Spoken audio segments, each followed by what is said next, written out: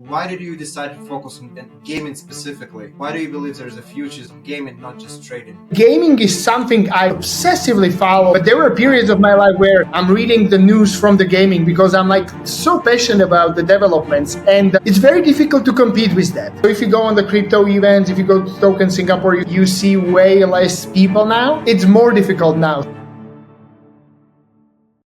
Hello everyone, welcome back to the Path of Progress. I'm your host Alex Kononov, and today we are diving into the world of Web3 and blockchain gaming.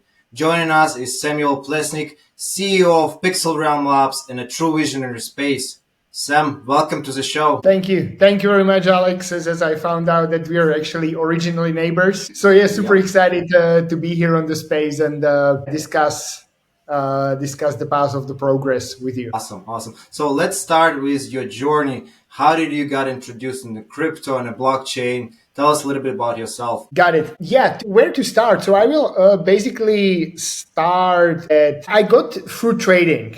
I got into crypto through trading, and I didn't want it to get into crypto. I was like resisting a lot.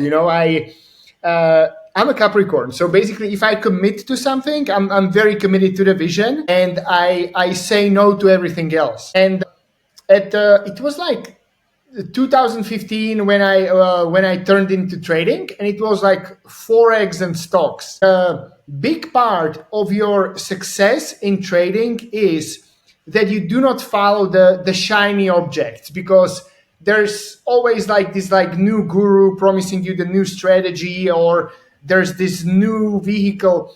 And the path to success in trading is that you stick to one thing and you just push it through. You go through the difficulties, you learn the strategy, and there's no easy way out.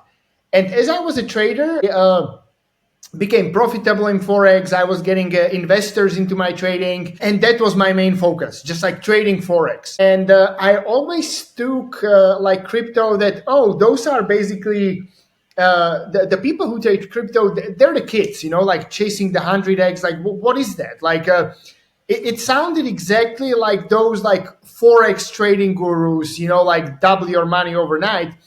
And when you actually get into trading, you realize like, if you're making like 3 to 5% per month, you're a rock star. You just cannot lose a lot of money. And this is the thing about trading. Like, if you're a good trader, like getting money is like the least of the problem. Like if you show somebody track list, like, hey, I've been trading for 2 years, and first year I made 40%, second years I made 55%. Like everybody's ready to throw money at you. And you also show them like, hey, I never got into drawdown bigger than, 15 to 20%.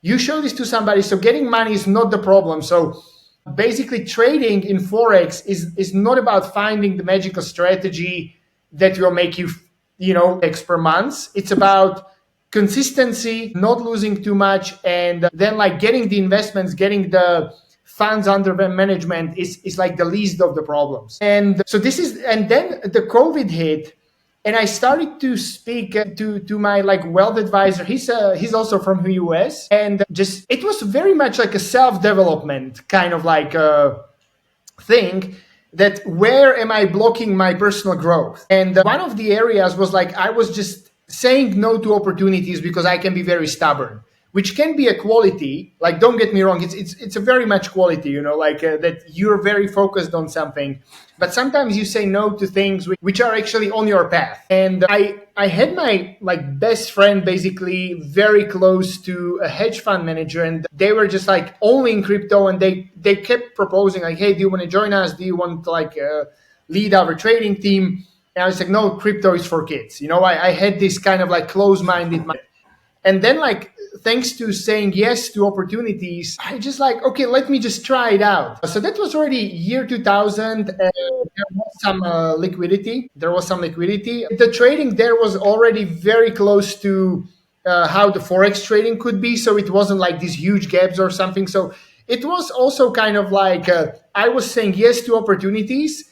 And also like Bitcoin, ETH, Ripple started to have enough liquidity to basically start trading like forex strategies on it. So that's how I got into it. And once I got into it, then I saw like, this is so much less manipulated, the charts compared to Forex. It's like way cleaner. Actually, it's when something is support, it holds way better than in Forex. It doesn't have these like didn't have so many fake breakouts and everything. And yeah, so that's how I got into Web3 and crypto trading, and from there just like taking little Little baby little steps. sort of like But yes detours. Please go ahead. I like how you mentioned that you first was scared of it. You didn't want to try it. You were like, "Oh, this is for kids," and then you jump into a rabbit hole, and you just there is no end to it. I had a similar story in my real estate career when I was focused on real estate back in 2018, and other people were saying, "Look at Bitcoin, look at Ethereum," and I'm like, "No, this is not for me. It's too much speculation. I have a steady path." And then I'm seeing this thing grows like 10, like 50x, and like other coins, it's just keep growing, keep just pumping, and I'm like, oh my god, what am I missing out? And for me, actually, my wife started buying Ethereum, and I had to figure it out because she was keep spending money, and I'm like, okay, you already spent. She's like, I'm gonna spend regardless. So either you come on board, or like you just gonna, I don't know, win or lose money, whatever is gonna happen. I'm like, no, I gotta figure it out. And then I jump into the rabbit hole and never look back.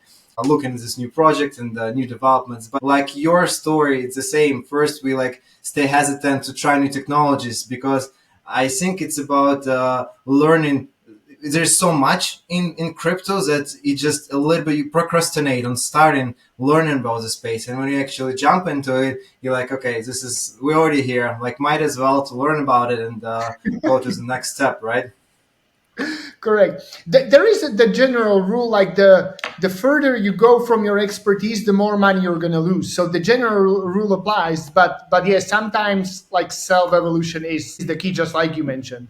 But it's technology is already here, blockchain, right? Other Yes. companies, it's not only about crypto, but other companies already introduced blockchain in their operations and automation, and you have to get up to speed with the technology, or you're gonna be left behind. This is a main memo, and all these crypto coins and correct me if I'm wrong. It's all of them represent some, unless it's a mem coin. All of them represent some companies and the structure behind them and some progress.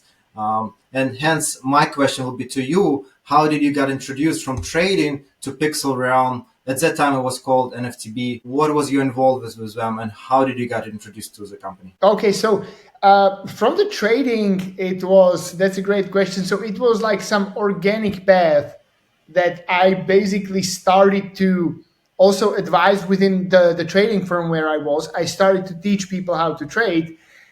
Then I got approached by just like one project, like, hey, like we are a copy trading platform, like, can you help us like how to market it since you're a trader? And slowly I was moving also away from the trading. So this is like one thing which I did on my trading path, that the more I progressed, and this will also lead to the PixelRealm, the more I was actually managing traders, and crypto trading on the fund level is very much algorithmic. So you have like 15 algorithms, 15 strategies trading. It's not very discretionary, or at least at the fund where I was. Like most of the funds are like algorithmic based. So I was actually getting like further and further from organically, slowly, step by step. Suddenly I was just talking to programmers like, hey, this would some web make sense. From there, I was like marketing, so it's just like, this is the whole crypto world, it's like somehow you jump in and you go from one thing to completely another. It gives you like this opportunity to reinvent yourself. And what I loved about PixelRealm was the people behind the project. I really loved how I got into it. Like we got to talk, and I remember we didn't have any calls or anything, but I was just like, okay, I would like to do this. They were moving really fast, so that was something that I appreciated. Like I appreciate people who make like quick decisions and not like, let's have a call next week and then like next week and then like, oh, it's especially in tech, you either do it fast or you die. Like the companies that are slow, they just die. And and then I remember, it was Sunday, and Sunday is kind of like, Sunday evening is my evening where I usually just like, relax, don't do nothing. And it was Sunday afternoon, and they were just like, okay, like we will generously compensate you for your time, but now it's like kind of like you saw the Saw movie, like let's play the game, and you have 48 hours, and you will go on CoinMarketCap, and find all the projects that have more than 10 million market cap, all the gaming projects. At the time, it was 110. Now I suppose it's going to be like 2. Not that bad, but at the time it was 110 projects, and you have to analyze their social media, you have to analyze their community, you have to analyze their product and their marketing style, and yeah, just get back to us in like 24 hours. So I had like this first reaction, like, okay, like this is just not doable. And then I was like, okay, challenge accepted. So I got into it. And like these are the crazy type of people I really want to be working with, you know. So then I got into it. I managed to do it for better or worse, you know. Like I can imagine that after, you know, like 20, 30 hours, the quality of my analysis was kind of like out there. And since then we got working together, and it was really fast. Like I just got in and they're like, hey, you're meeting like say in Hong Kong next week, you know, for the conference. From then it just got like rocking. But this was the way, from trading to helping projects with marketing, and then talking to these people from PixelRealm, and like this super crazy like, let's play the game and you have 48 hours on Sunday afternoon. So your first assignment was to analyze the competitors, right? To understand Correct. what's going on in the space and how they can grow potentially themselves and to be more competitive. So from there, you got offered position of marketing officer, right?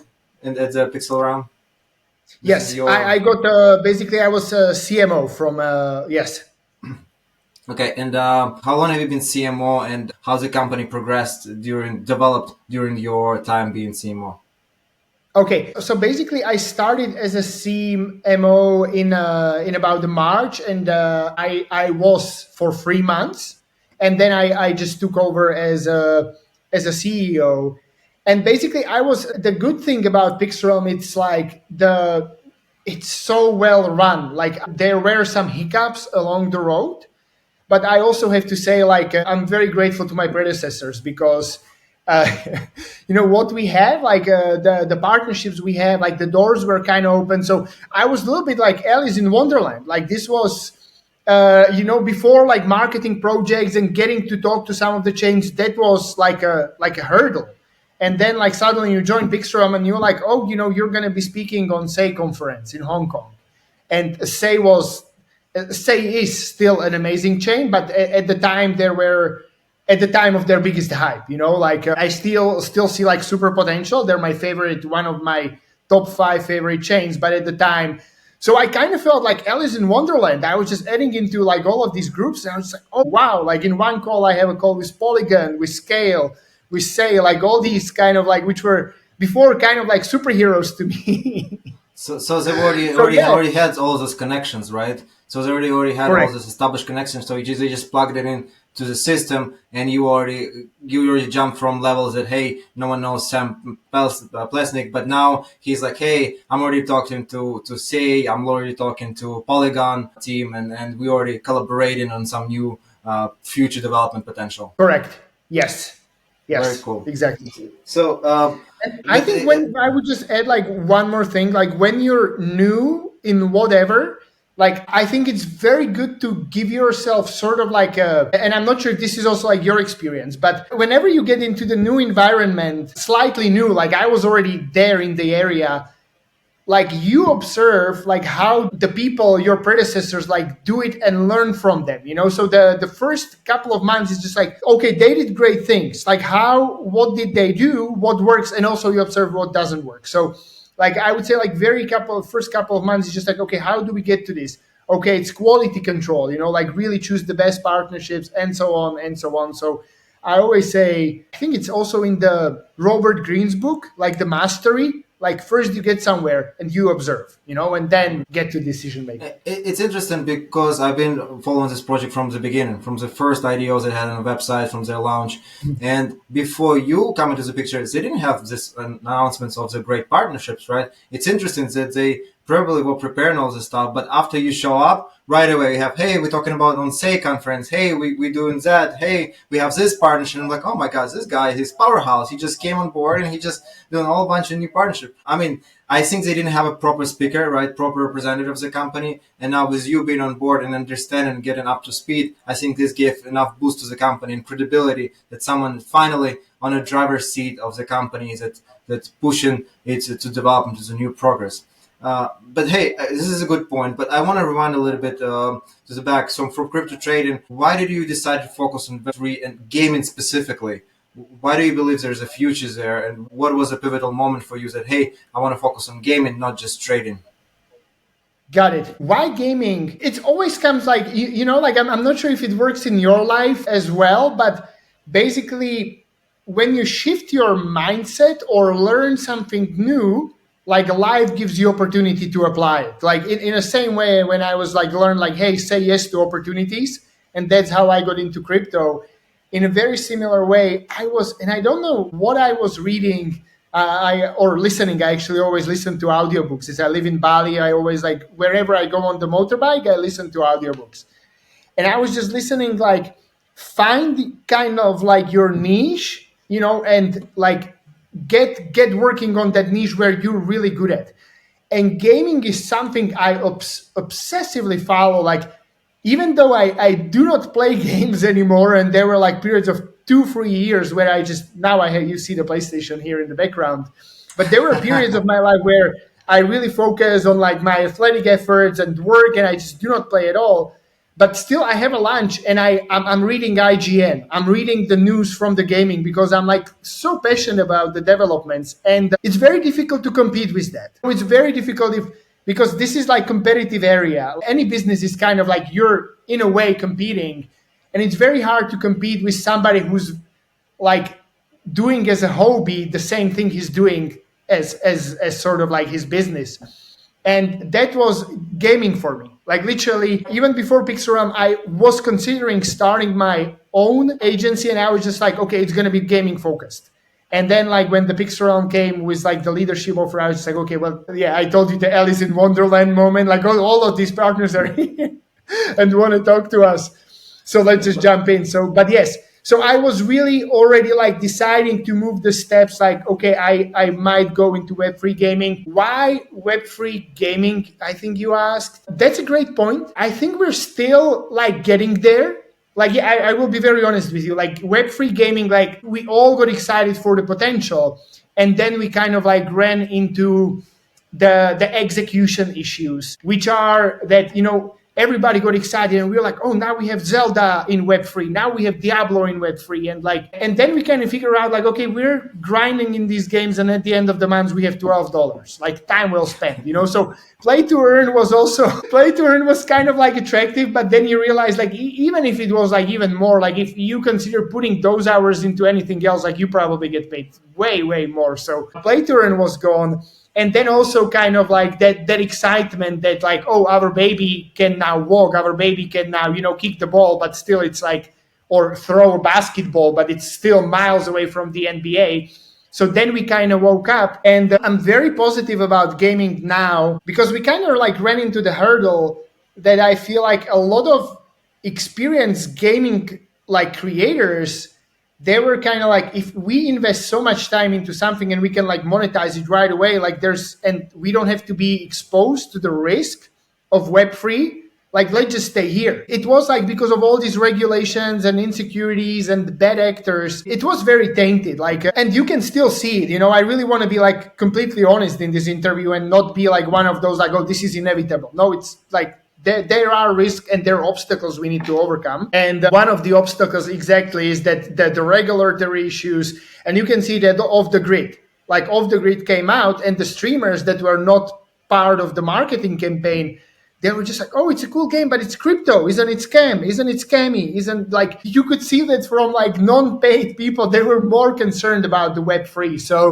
I think just not to go on for too long, but I feel like the Web2 developers, for the big part, they're just like, hey, let's just sell something and have the money, and that's it.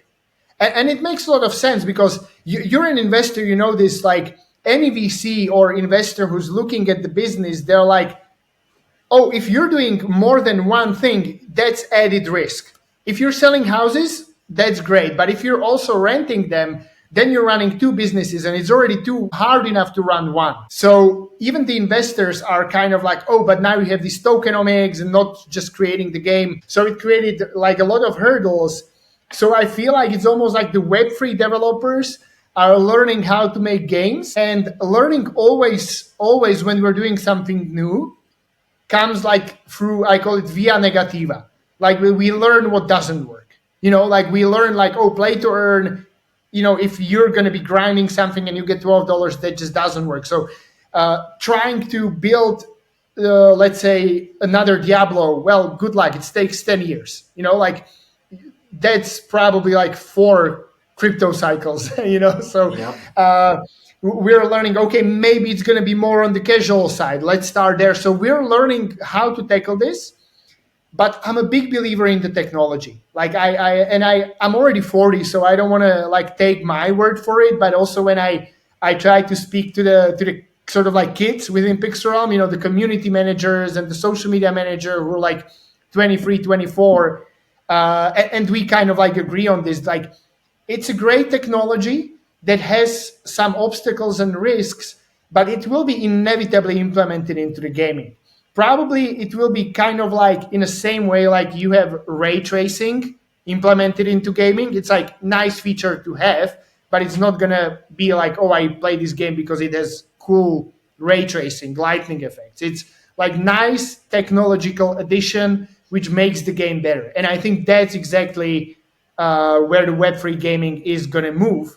And yeah, I could base it on the history of the gaming, but don't want to No, but I think it's important to go. mention that during all these times that you guys trying to develop and grow and learn this on the way, you also competing with Web2 gaming. With much, like you mentioned, good luck making another Diablo. Right? It took 10 years for them to do it, so do it in Web3 it will be almost impossible because technology changes so quickly.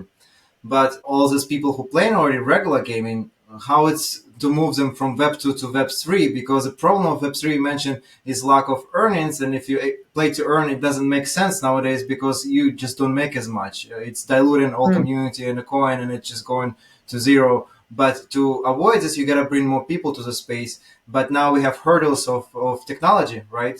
So technology, how to process, how to simplify it for the regular people to learn about the space and to utilize it and to make money on it, play to earn, and more people utilizing the same platform.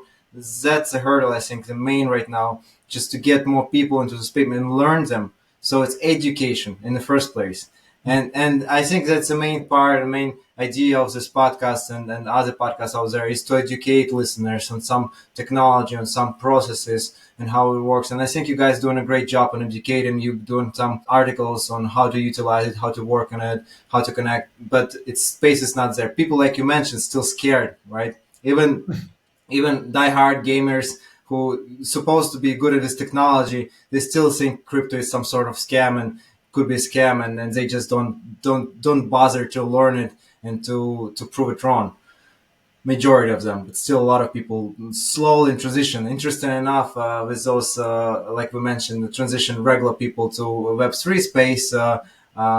In every cycle, we learn that we hear more people joining, right? When they hype, but right now by the government, like Bitcoin is all the way up, and it's just going. And now regular people now thinking, hey, I should have listened to you and buy Bitcoin at 30,000. And I'm like, yeah, maybe you should buy it still now. I mean, there is not financial advice by any means. Invest in none of these projects, but look at what's happening in the space. It will progress even further. And as you mentioned just a minute ago, it's I can't say inevitable. I think it's inevitable. I personally, because it will move through the trajectory. Technology will progress. And like nowadays, a lot of municipalities and governments, they're going through blockchain because it's much more secure systems, much technology advanced. The same with gaming. I think will it one way or another by 2030, and there's some stats available online, right? By 2030, gaming sector in crypto is supposed to grow to 400 billion. That sector alone, which is huge, and this is shows that we on a trajectory of people adopting technology and learning about it and getting to know how to work with the space, right? Exactly. I agree. Maybe I overspoke there, or I got carried away. Yes, I agree with you that the technology is inevitably going to get implemented. It's it's just the timing. Like I always want to be careful about like hey, now it's like, okay, there's still things we're figuring out. And I'm being like cautiously optimistic, realistically optimistic, not to basically, because the blind optimism just like leads you to going all in and burn all the bridges, or just do extreme risks. And No, the I main point of the understand. company is not to die. I understand. Your main memo was not financial advice, guys. Always do your own research and understand the process. It takes time, like any development grows. But if we look in 2030s, it's only 5 years away, and this is Yes. for this projections was made by reputable companies. I'll drop some links on the bottom of some articles so you guys can learn about it and read about it too. But let's go back to PixelRealm.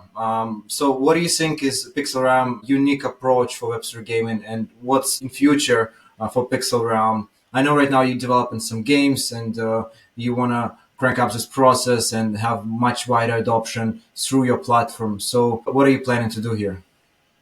Okay, I think like with PixelRealm, and as I got into PixelRealm, I kind of had this like unique perspective of like what's very valuable, like what are another projects that do not, like what are projects actually paying, huge amounts of money to marketing agencies, not even to get close to the outcome that they want to get. And what I saw was like, so basically I kind of did like this inventory of PixelRealm, like this is what we have here, and these are the hurdles that the gaming developers have. And also like it's not just like us, and so we're not just SAS company. Of course you have the token, so how to connect all of those. So basically how we approached is like focus, like especially when we're starting, like focus on one thing and do it really great, do it really exceptionally. And I think that's where I kind of like where we're taking the PixelRealm now, is like instead of like trying to be many things, like let's focus on the thing that works the best. And that's, I think, even from marketing perspective, you remember, the best ones in the field. You don't remember, the company that does like 10 things kind of okay, like good. So that's the main focus. And what I saw there is basically what we provide to games is exactly what they're usually struggling with. So they're struggling with funding. And as we are approaching, like our chains, I will go a little bit like even off the record, but I'm very okay like mentioning it. So we have access to the chains that we're officially partnered with. So we connected them to BNB, Oasis, Say, Polygon, and so on and so on. And now we're also expanding it. So this is, I'm going to do like a little spoiler, but we're already like connecting them to Monad, to Sonium, while like we are still like developing the official announcements of the PixelRealm, like getting to go with these chains. But I think it's not a secret, and I'm very okay like sharing it openly to the mass like community. It will come if the times do. But yes, we're working with many chains which are basically getting the funding for the game to get up and running, because this is what a lot of the gaming developers are struggling with. So we get them access to the grants. We give them technical support. So if they want to be basically a lot of these games, they have huge potential, and they're like, oh, tokenomics, like we cannot have 5 tokens within game, and I'm just like, not sure. Like there was a game X Infinity, they tried it, not sure how it worked, but so then we basically connect them. They need, so one is the finance, the other one is the technical support, like how to implement the Web3 elements. It's mostly from the Web3 side, because they kind of know how to do the Web2 part of the games. And then we connect them like, okay, do you need like oracles, random number generators, do you need on-chain privacy, and so on. So we connect them to the partners. Once again, they get grants for implementing and co-marketing for implementing these tech features. This is a beautiful thing about like Web3 and our partners, that they want to show off. So we're kind of connecting like people who just want to be working together, because you have a game that needs technology, and then you have a technology developer who wants to show off his technology within the game. So you're basically like doing these matches. So it's so beautiful. Like it's kind of like matchmaking, I would say. Like, okay, you have this kind of chain and they want this kind of game, and they just like match together. Like they serve each other. So it's not forcing like one or another, but doing these matches. And then of course we have like access to the gaming guilds and other ecosystem partners. So in sort of like partnerships, like I'm a member of Neo Tokyo. We have access to, I think there's like 160 of groups with another games or something. So that's where you get the existing traction, because you need those like Web3 players. And of course, we have advisors, and we create like go-to-marketing plan. Basically, like so many fields that and this is what we have, like thanks to experience. So we're like, I don't want to, because fractional CMO would be understatement, because we're like fractionally giving them funding, technical support, marketing, advisory. So that's it. And I personally treat every game that we have so far as like our own project. Like if somebody's in our incubator, that's our project. You know, it's not a client. Like that's how I take it. You know, like this is not a client to me. This is our project. Even though technically on the paper, yes, we are the incubator, they are the game. But last night I was on 2 a.m. on the call with like one of our game. It's not announced yet, and Monad. So, and it was time well spent. Very happy to do that. So basically, and you already dropped it, you are incubator. So you help like a startup incubator. So they you just went from start to finish. You help them to connect with the proper partnerships and proper change, whatever they prefer. But can I ask you a question?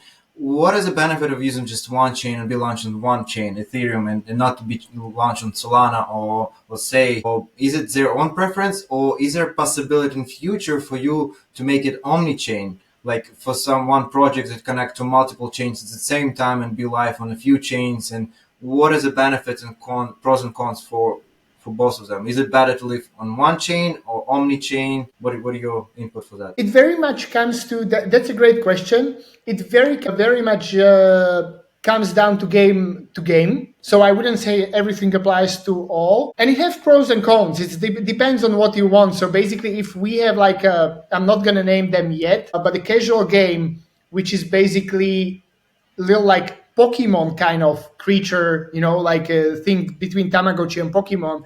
He's going to be copying your blockchain history. So you connect your wallet. If you spend a lot of time on base, he will be a little bit blue and have like some features. So the creature will, so there is no point, like you cannot make something like this only on one chain. So for some games, like the Omni-Chain is sort of like inevitable. And they're also like very close to layer zero, which is connecting them to Omni-Chain. So for them, it makes more sense to be Omni-Chain. But of course, the support from the chain is way bigger if you're exclusive. It's kind of comes with the support, because then like once again, you're matching the needs, and the chain wants transactions. So if they see a potential hit, and they see like, okay, this is going to be great at generating transactions and users, so more people will be coming to our chain, like we're very happy to compensate it with a bigger grant and bigger support.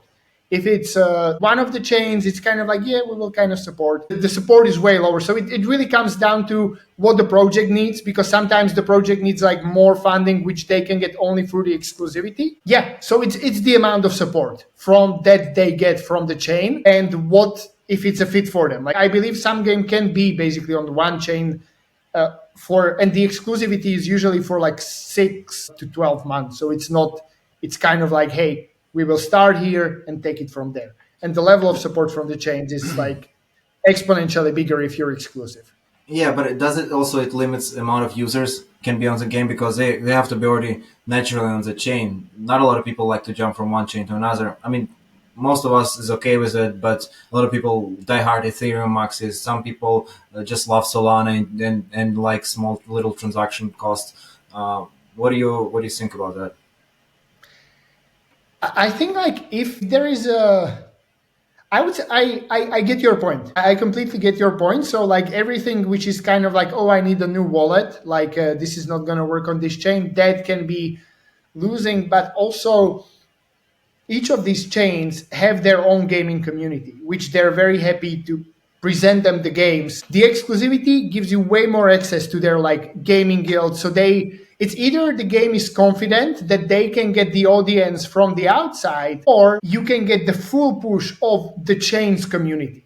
So you can be like, I'm just going to make up some chain. So you can, somebody we don't work with it. Okay, let me use Aptos, for example.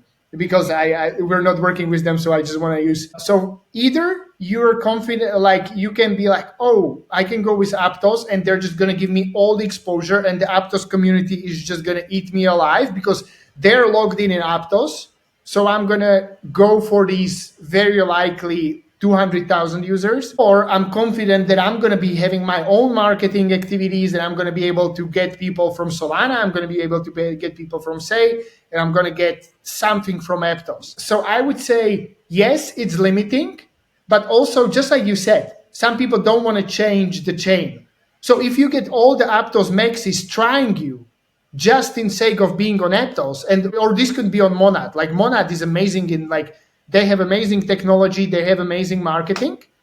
So it's very like okay, so because then like the rest of the marketing is kind of like if you go Omni-Chain is kind of like maybe it's there's probability, but people are more afraid. Like, are we going to be able to capture them? But when they feel like, oh, the Monad is going to be behind me, and like there's already like these Monad maxis which are just going to play our game just for the sake of being on Monad, it's and it's only for 6 or 9 months, then it's very good like value proposition. Like you have way more of these sort of, I don't want to say guaranteed, but people that will play your game just because you're on that chain, if that makes sense. In a couple of years, we'll see some wallet. It'll be multi-chain, and it will be some technology that will allow us to be simultaneously on a few chains at the same time. That would be interesting to see. I think that will fix all the liquidity issues and all the jumping around. And I think everyone will benefit from this. It'll be interesting to see if it's one of those things like flying cars. They're always like 1 year away. Like, oh, 1 year, 1 year from now, all the blockchains are going to be, just working together. Like 1 year from now, there's going to be flying cars. And then like we've been hearing it for 20 years. No, but this space develops so quickly. I think it goes to that. And even now, you see this new announcement of MetaMask that you don't have to keep Ethereum for the gas. Now you can actually use the other tokens as a gas. Really, you want to swap USDC to to any other token on Ethereum chain, and you can use USDC as a gas recalculated instead of Ethereum. So you don't have to have it. It was just recently announced. I mean, this is what we were talking about for many years, right? Yes. And this is like now, as you're saying it, this is why I missed out on Trump at $4. Literally, I had a meeting, I had to leave a house. So I was waking up and I tried to get Trump at $4 and I tried it like 3 times. And like I wasn't at my best because I was just like, oh, I'm already like late. I need to be leaving the house. I shouldn't be doing this. And I got like 3 pop-ups like, oh, this is like, do you want to make this transaction? And I tried 3 times. It didn't go through. I was just like, okay, Solana is congested or whatever, missed opportunity. Then I come back home and I figured out, oh, I didn't have any, like I have USDC on my Phantom, but I didn't have any Solana. So, and I didn't read the fine print because I was like kind of like buying like this, like already leaving. And then I have USDC, I don't have. So that would be great. I would have Trump at $4 if this would be already a reality. For me, it was a signal when some of my distant friends just texted me randomly on the Trump's coin top. Hey, should we buy, not high, not like have you been, not long time talking, but hey, should I buy Trump coin? Because he knows that I'm investing in crypto. And this was a signal of a local top. We should always know that if a stranger, if it's distant friend texts you about crypto, you have to be careful. Exactly. I heard it in some of the movies. I'm not sure if it's like long short. There is kind of like these hedge fund guys, and they shorted the market when strippers asked them for stock advice. Like they're investing in stocks, so they're like, now the markets are crashing. And then I moved to Bali, and it was 2021, like right before we were hitting the top. And I was at yoga practice, and I was leaving yoga practice. And then like we walk outside, like 10 people, outside of yoga center, everybody opens the phone and goes to Binance. So all these kind of like, you can imagine like this Bali kind of like spiritual people, like the phones just line up with Binance. I was just like, okay, this is about to crash. Yeah, that's a top signal for sure. Hey, I wanna come back to the gaming, and I wanna get your opinion on some other interesting topic, because they launch many coins, many games every day. It's like hundreds of thousands of coins get launched. I think right now we have like 35 million coins. and by the end of 2025, we're going to have 100 million coins in crypto, which most of them dead, like 95, 99% dead, which is not the point. But then it's diluted, and many games been launched, and many good games been like PixelRealm, Game Incubator, been dropped down in valuations, and the valuation is very low. Gaming is not so exciting, and people who play usually Web3 gaming, they are in crypto already, and they want to try, they want to understand, they want to get some value out of it, right? So the biggest hurdle for the space is to bring Web2 people and bring people who hasn't been involved as much in crypto as they just played regular games, and hey, get them involved. So one of the steps, and I've seen some games trying to do it, is go onto Apple Store, right, and Google Store, and try to involve the masses to play on their phone, which is one of the best ways probably to bring attention if the game is really good. Now, here's a question. Do you think this is something that you guys will help incubated projects to develop the games on a app store, on a phones, or you trying to shy away from this? What is your vision on it? Is it something that you need to focus on in the future, or what? And what are the hurdles in it? I know Apple Store charging like 30% fees, and I don't know if it was fixed with crypto industry. So can you just touch a little bit this topic?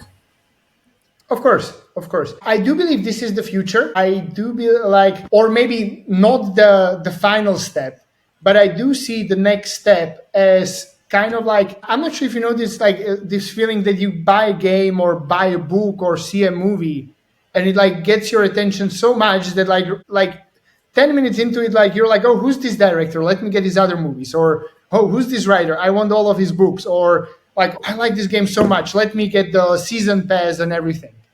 And I think once the game achieves, so you can have the game on the App Store and trying to be sort of like a Web2 game. Then, unfortunately, at this point, you would have to go to their website, and get the NFT special package there. And I think this is already like Kindle is doing it, like Amazon is basically doing it. Like you cannot get Amazon within the Kindle app. You cannot get the books or comic books.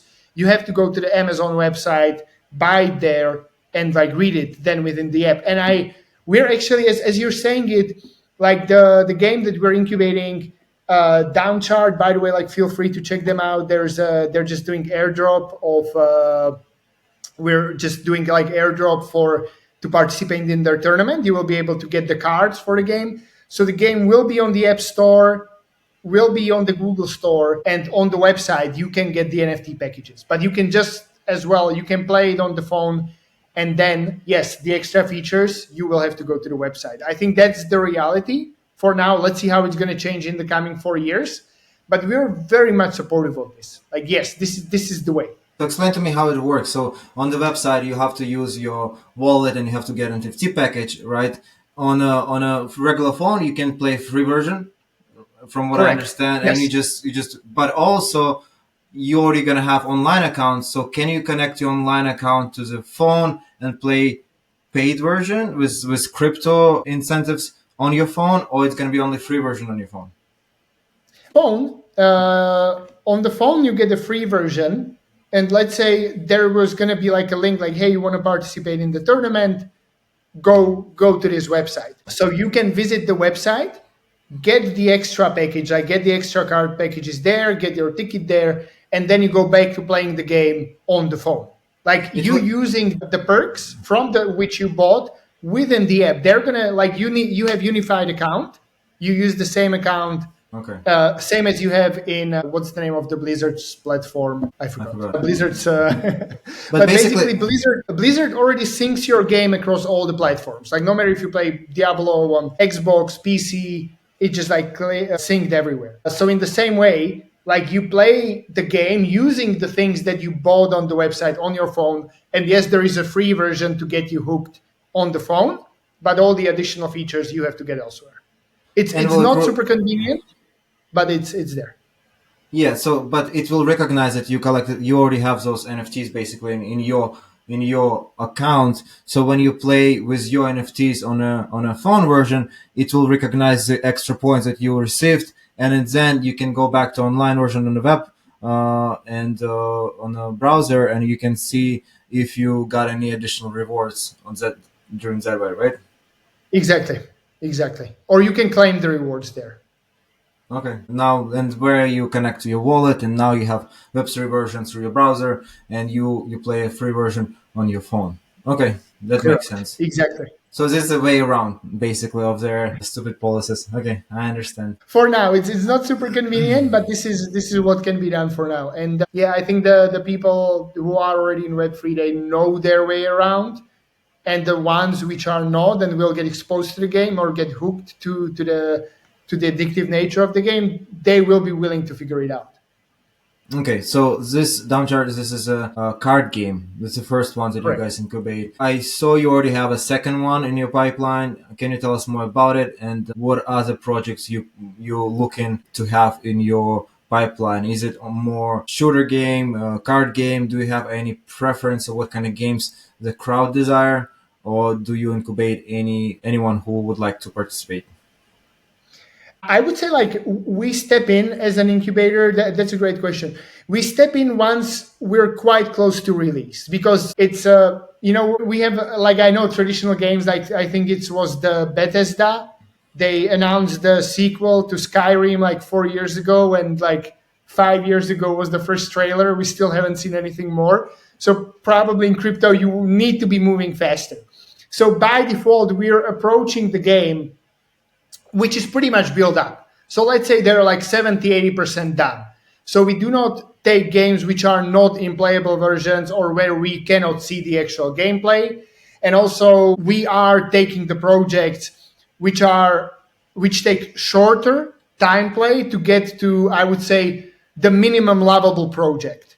So it's not, we wouldn't be committed to something that's going to take like 4 years of development before it goes out. So by default, we're choosing the projects which are already playable, which are already close to completion, because that's where we can help them. We're not gaming developers. This is the one thing, like we have advisors for it, but for game development, we're not that much involved. And regarding the genre, so this is kind of like the limiting factor. So yes, it kind of brings you to the casual. I don't want to call it like casual games, but the games which are like their format is easy to pick up. And I will just speak to those which so far like signed with us. So yes, we have one which is kind of like a card game. So since like Marvel Snap got banned, this could be a replacement. That's Downchart. Then we have Havoc, which is done by amazing team of like designers. That's like Unreal Engine 5. So I don't want to call it casual game because production value is great there.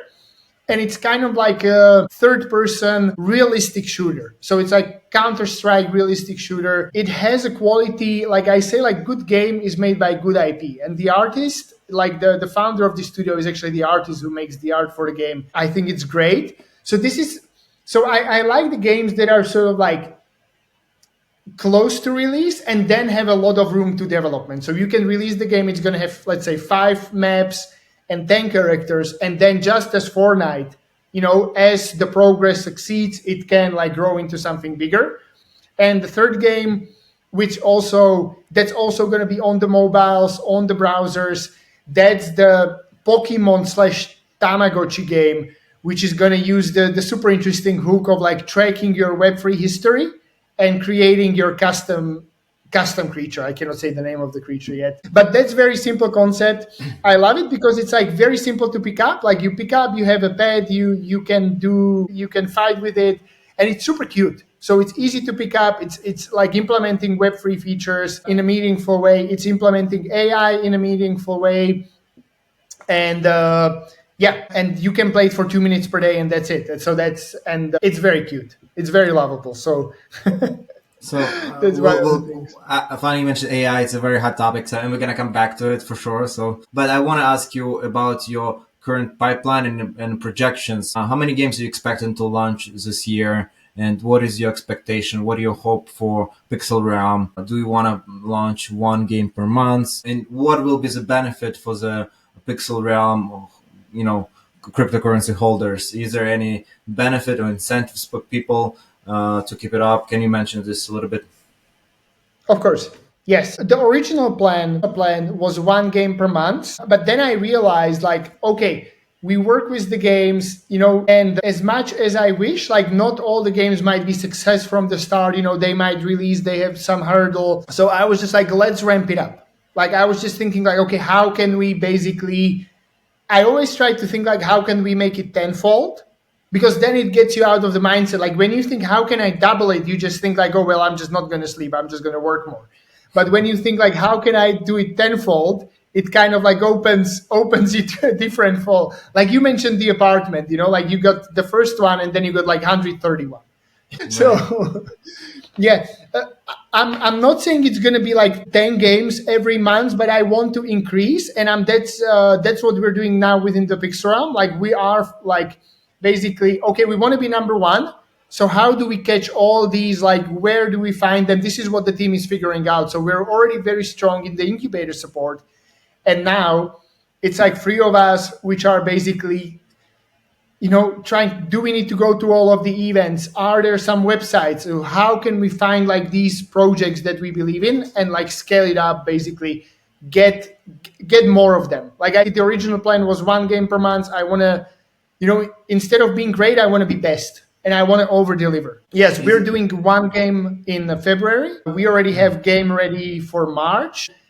Let's just go, let's ramp it up, as long as the quality of our, and I want to keep in mind like that the quality of our services cannot drop. So let's scale, let's get most of it, then I'm willing to like work my ass off on it. So but yes, like keeping it, like keep scaling it in a way so it's more than one game per month. So and the use case, what our NFT beholders are going to get is that, like I was thinking, okay, so what was our use case before? They could participate in IDOs, INOs. So basically you can get in on discounted price. And I thought like, okay, so how about we get them stuff for free? Like that's a step up. Like how about we just like, so within our deals, like there's no secret. We say this publicly, that we basically take 3% of the token, and 1% of the total circulation of the token gets airdropped to our users. So everybody loves airdrops. Like everybody's like keep chasing airdrops to get one per couple of months. So I was just like, how about we're like the number one place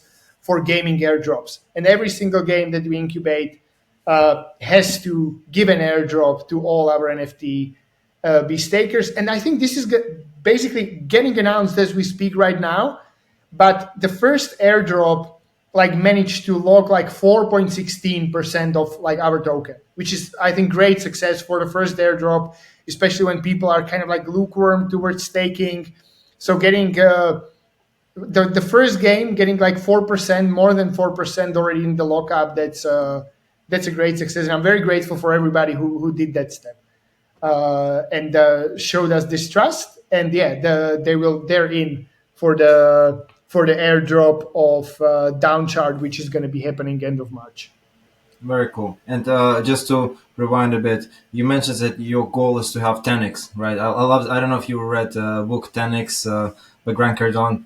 Check it out. It's very interesting. I love it. But this is exactly the mindset that he's talking about. It you have to fix your goals, and then even if you had half of it, it's more than you ever dreamed of to get in like double or triple your volume. But my question is to you. You've been networking the space and crazy. Is there enough games in the space that you are planning to have like even 3 or 5 games per month?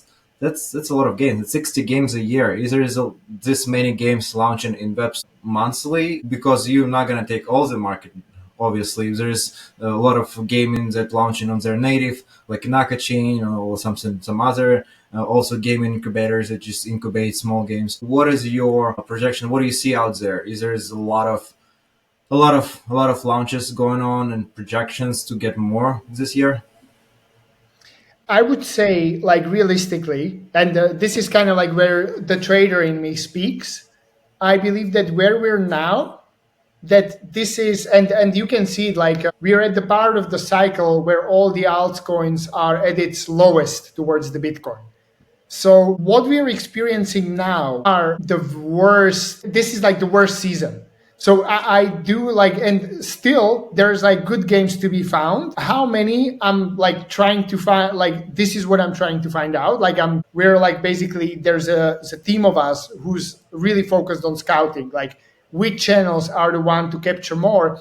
And I would say like there's a lot promising, like cute AI agent games. Like there's a lot promising games, and yes, of course you have to go through like 10 from them to find the one which is kind of like, okay, this has a actual promise. It doesn't have any deal breakers or anything, and to turn them. But yes, I assume that this is the worst time. And at this time, like, yeah, getting the, of course, we're not going to get all of them, but also like, okay, like just where is the biggest source? And I also believe that with our support, like some games which might not make it normally will make it. So it's kind of like by default, like we're finding also the games which are going to, let's say, Token Singapore, and they're like, okay, either we're going to find funding or we just go to McDonald's, and we're there like, oh no, this is a very cool game, like we can connect you to Oasis, here is the grant, and there you go. So we give life to ideas. So I think we're not actually shopping for the games, we're also like shopping for these ideas when we're starting, and by default, by finding them, we can give life to those who would not normally maybe make it if they wouldn't get our services. Interesting you mentioned the type of a cycle. We're on the lowest, but historically, the most you've been a launch pad originally. It was alt season of the first cycle. The NFTB PixelRealm did really well from the start, and then it was a little bit down. But my point is that during the alt season, there's when Bitcoin domination goes down, and other coins besides Bitcoin going up in valuations, it's going more market share. There is most of the projects launched during this time, right? Because usually the idea of it, right, if there is so much liquidity in the space that everyone trying to make a quick buck, and then they just prompt in a lot of projects. And if we think about cycle theory, right, everyone hopes that, hey, you're right, we are on the bottom, and soon we're gonna see the full-blown alt season, and everyone's hoping, rooting for it, even though the space is diluted to zero. It's everything is super diluted because there's so many crypto projects out there. But if we are still looking at this cycle and considering it in our full memo, we should understand that right now is the best time to find those projects, right? Because if you want to prepare them to launch by the end of the year when there's full-blown alt season, and let's hope in November, let's hope maybe in summer, who knows, no one really knows. But if we have this alt season, then maybe it's time to prepare right now. And for the projects who are looking for share, probably everyone's looking at the same charts as we are. Everyone looking at altcoins getting destroyed, and everyone hopes that, hey, we're gonna have rebounds very soon, and it's let's hope for it, yay! And everyone's staying positive, trying to stay positive. But all the founders of the project, they trying to time the market in a way that they can launch during this hopium and hype overall in altcoin season. So do you see any additional movements right now? Like a lot of people waking up, a lot of projects waking up, or it's the usual business as it was before? uh, I would say this kind of like I feel like, and I don't want to be like doing any like investment advice, but it kind of felt like, so it has these like little upticks, like before it was kind of like one big bull run and then one big bear run, and now it's kind of like, like, oh, like the beginning of 23, like, are we starting? Not yet. The beginning of 24, are we here yet? No, kind of not, a little bit. But this kind of like these little hopium spikes brings people to gaming. Yes, it's difficult to raise during the times, like especially like with VCs. That's why we're turning to chains, because they can support the games when because games are great to get transactions. Like when you look on the debt radar, like I'm not sure how it was now, but I remember like 2 months ago or something, like number one like transactions generating debts were games on it was on the Say chain. So that's what the chains like realize, like, okay, we want transactions, we want people, and the games are very good like at generating transactions. So this is, I think, like what will happen. But yeah, I completely agree with you. Like, I'm never gonna say like, oh, it's gonna be next month or in 2 months. You never know. Like, I kind of felt like that, oh yeah, the elections, and it seems like the elections they priced in before the actual president took an office, and this is very often what happens, like that the event gets priced in from anticipation, and when it comes it's kind of like so. But I also feel like, this is like speaking about AI, like I wish, and I think like for example for gaming, I feel like Xe did this in the same way. Like I'm kind of, and I don't want to say bummed out, but in a positive way, I would really love to have crypto like the DeepSeek moment that we're having right now. Like, I think this is what the whole Web3 is around. That like, oh, there's like these centralized systems. They're like so expensive and inefficient. And now, six guys who are hedge fund traders, just do a side project and it's like adopted. Everybody speaks about it. So and I really do believe, I'm very convinced, like, yes, like the Web3 can be this technology. And I was expecting this to be the AI moment. Like, oh, the Web3 decentralized AI is gonna, the DeepSeek moment we're having now, that was, I was expecting from the AI, but that's just like one missed opportunity. Like, there's always these new opportunities. But yeah, just like replica of the Xe moment where this new excitement sort of like comes in and like the masses come in.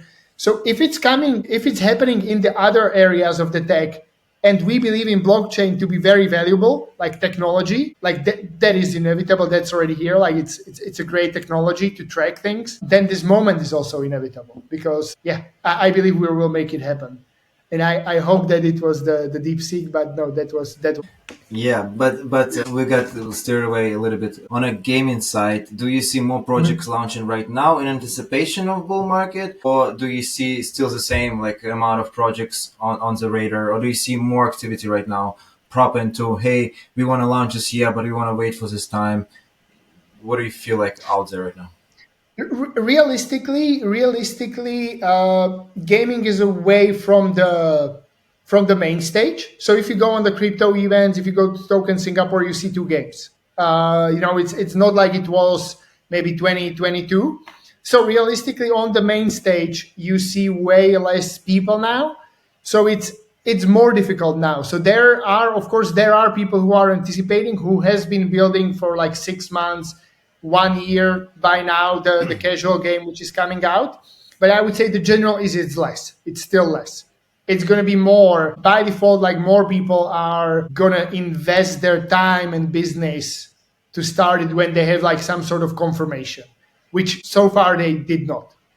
Yeah, If and that makes sense. they hope there is, and then they just another crash and going deeper, going down. But hey, listen, you mentioned interesting that there's less gaming on stages, but there's more AI. I'm assuming, right? And AI affiliated projects. So, what is the synergies between those two spaces? So what do you see right now, and what do you think how it will shape future of gaming? AI agents, and maybe NPC, non-playable characters in the games.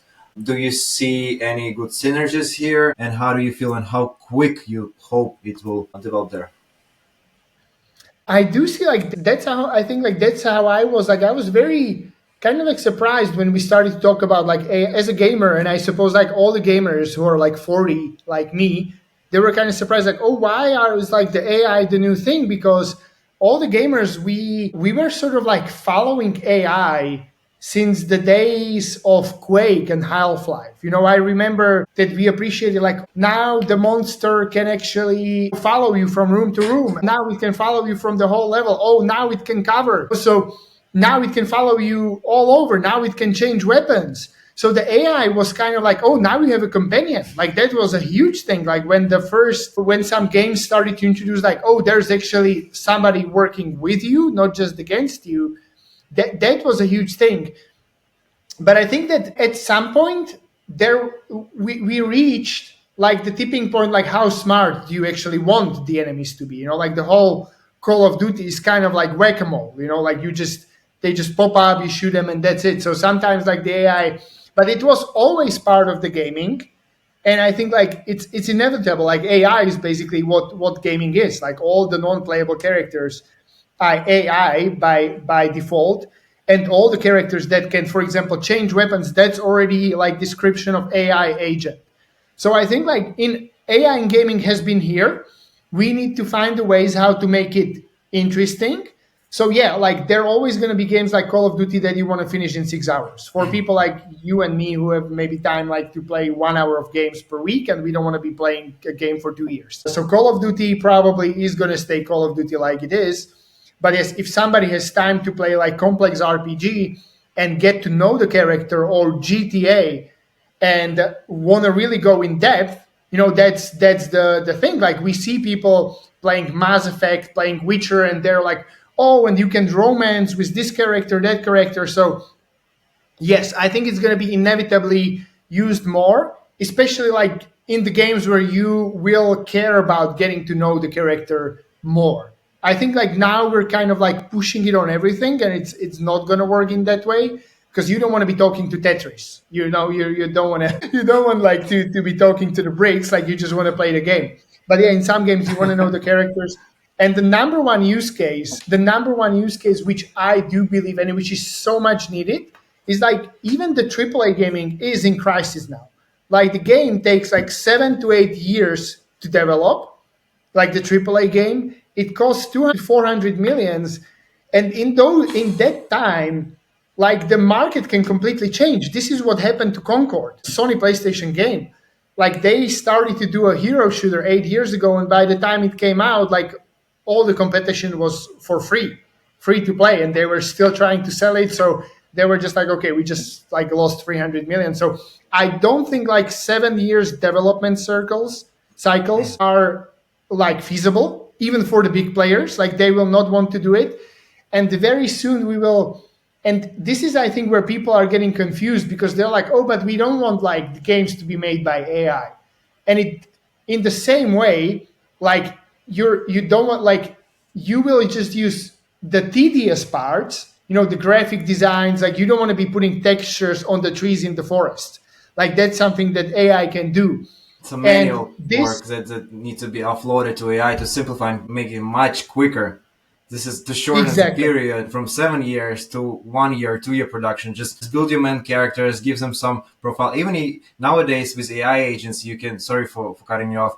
With AI agents, a lot of characters get personalities, right? And you can describe Hmm. it. And nowadays we have Eternal AI and other projects that you can describe your agent's personality or like give them example of another personality out there on Twitter, and he will copy his personality to be there to be on it. And I think something that it's neglected right now, but it will definitely shorten the period of development, like you mentioned, right? Yes. And this is what Web3 gaming developers need so desperately. Yes, because it's just like I think we you touched on it. Like yeah, like doing another Diablo now, it's you don't stand a chance. But I think like just like in many people are like predicting that 2025 is going to be the first one man company which reaches 1 billion valuation thanks to AI. I also believe that we're going to start leveling the playing field. When if people like learn how to use AI efficiently, you will get way closer to Diablo, to Call of Duty, to those games, which you just couldn't. Like it was crazy. It's like very unlikely. It happens like once in 10 years, and then everybody talks about it. But it's very unlikely. So I think like even in this playing field is what the big studios need because they just won't be able to willing to take the risk to keep making games for 8 years. And also, so they will be happy to jump on it. And also the smaller developers will be able to jump on it because it just gives them so much more freedom. You can like do Lord of Ring games, or for example, just read the book. That's the character. There you go. Talk like him, like No, that's no. it. Of This course, was you need some just scripting scenes, but yeah. this will definitely simplify the process.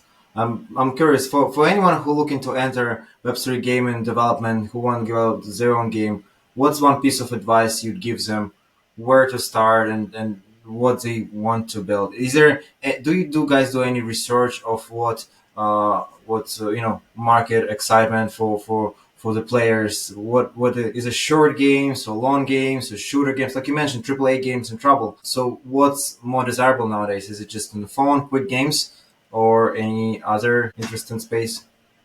Yes, I would say it's the casual gaming. We look at the dApps that are actually generating users. It's the casual games. What we saw in this year, and I'm not saying that it have to be like the clicking on the tomato on your screen, like 5,000 times, like not that level of casual. But I would say start small and scale from there. Like don't try to make your own Zelda or something, like unless you're going to be the guy who's going to use the AI for it. But I would say what a good game is. So start like what is a good game? Like good game is a good IP. just like any like good movie is like, is it a good IP? So try to find like something that's going to be very lovable that people will care about. I think this is what our third game is doing really well by these little creatures that they give you like sort of like personalized, very lovable creature. And start small.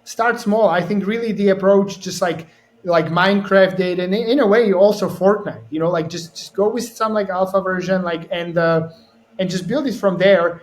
And at this point and stage, realistically, I would go for casual, mobile, or yes, you can make like a shooter like the second game, but start small.